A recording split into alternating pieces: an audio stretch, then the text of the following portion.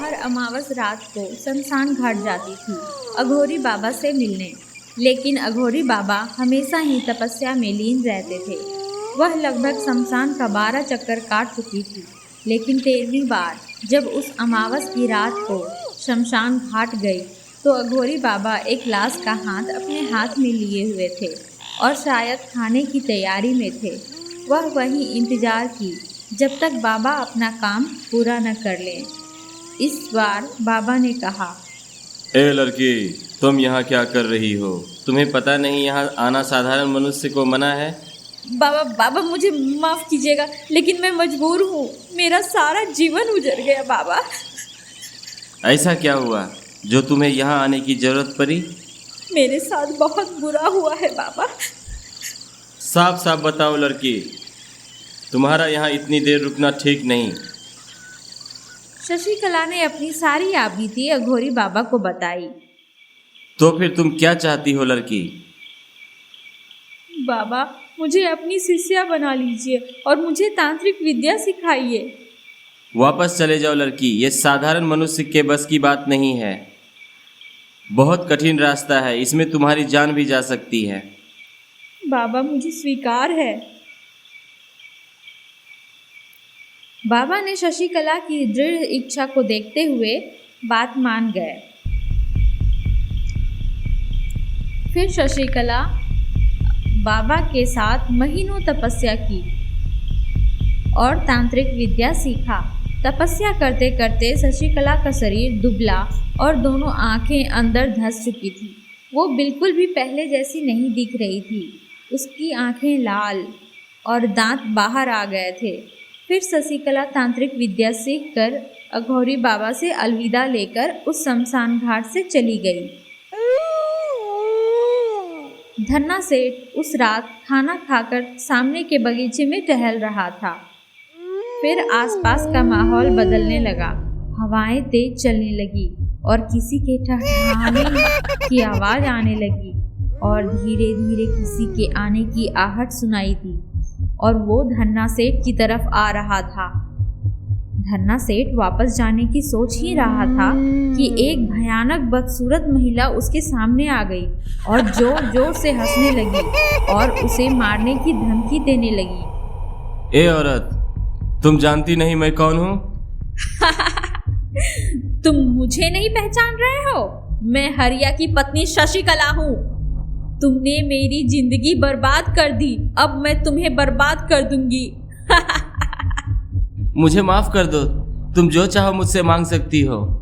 मुझे मेरा पति और मेरा बच्चा वापस ला सकते हो?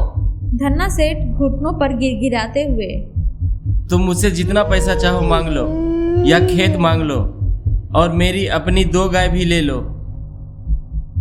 शशिकला गुस्से से अपने तंत्र विद्या से मंत्र पढ़ती है और उसे जलाकर भस्म कर देती है। फिर शशिकला मंगनी राम के घर गई तो वह बाहर खटिया लगाकर अपनी आंगन में सो रहा था। शशिकला उसके बगल में सोकर मंगनी राम का नाम पुकारने लगी। मंगनी राम, मंगनी राम। मंगनी राम बरबराते हुए बोला, नहीं नहीं, मुझे छोड़ दो, मुझे छोड़ दो। क्या मैं सपने देख रहा हूँ? ये क्या? तुम कौन हो? तुम क्या चाहती हो? मैं तुम्हें वहीं पहुंचाने आई हूँ। फिर मंगनी राम ने आंखें खोली तो उसकी आंखें खुली की खुली रह गई। ये क्या? तुम कौन हो और तुम क्या चाहती हो? यहाँ क्या कर रही हो? शशिकला, मैं तुम्हारी करतूतों का हिसाब चुकाने आई हूँ। फिर शशिकला ने उसके सर धड़ से अलग कर दिया। शशिकला ने दूसरे दिन चौकीदार की भी हत्या कर दी। गांव के सारे लोग भयभीत होकर अघोरी बाबा के पास गए मदद मांगने के लिए। बाबा, हमारी रक्षा करो, हमारी जिंदगी अब तुम्हारे हाथ में है। अघोरी बाबा गुस्से में, तुम्हारी करतूतों की सजा तुम लोगों को मिलनी ही चाहिए। बाबा, हम लोगों ने वही किया जो हमें दिखाया गया था। इसमें हम लोगों की कोई दोष नहीं है। बाबा, ने सच्चाई सबके सामने रखा। शशिकला अपने पति हरिया और बच्चे के साथ बहुत ही खुशहाल जीवन व्यतीत कर रही थी। इसका परिवार सब्जियां बेचकर अपना भरण पोषण करता था। हरिया अपने परिवार के साथ एक छोटे से खेत में सब्जियां उगाता था। वो खेत हरिया और धन्ना सेठ के घर के बीच में था। धन्ना सेठ लालच में उस खेत को हड़पना चाहता था। वह मौके की तलाश में था कि कब हरिया को बेबस करके उस खेत को हड़प ले। हर रोज की तरह उस दिन भी शशिकला सुबह 4 बजे उठकर नहा धोकर मंदिर गई और मंदिर की सफाई कर पूजा किया और फिर बबलू को स्कूल के लिए तैयार किया। उसको स्कूल छोड़कर आने के बाद सब्जियां धोकर हरिया के बेचने के लिए ठेले तैयार कर रही थी। इसी बीच बाहर गांव वाले की शोरगुल सुनाई पड़ी। जब हरिया और शशिकला बाहर आई तो मंदिर से सोने की मूर्ति चोरी होने वाली बात का पता चला। गांव वाले इसका इल्जाम शशिकला पर लगा रहे थे क्योंकि वह हर रोज सबसे पहले वही मंदिर जाती थी। पहले तो गांव वालों को यकीन नहीं आया। फिर मंगनी राम की गवाह और धन्ना सेठ और उसके नौकर ने जब हरिया के घर और खेत की तलाशी ली तो खेत में गरी सोने की मूर्ति भी मिल गई, जिससे गांव वालों का गुस्सा और भड़क गया। हाँ, मारो इसे।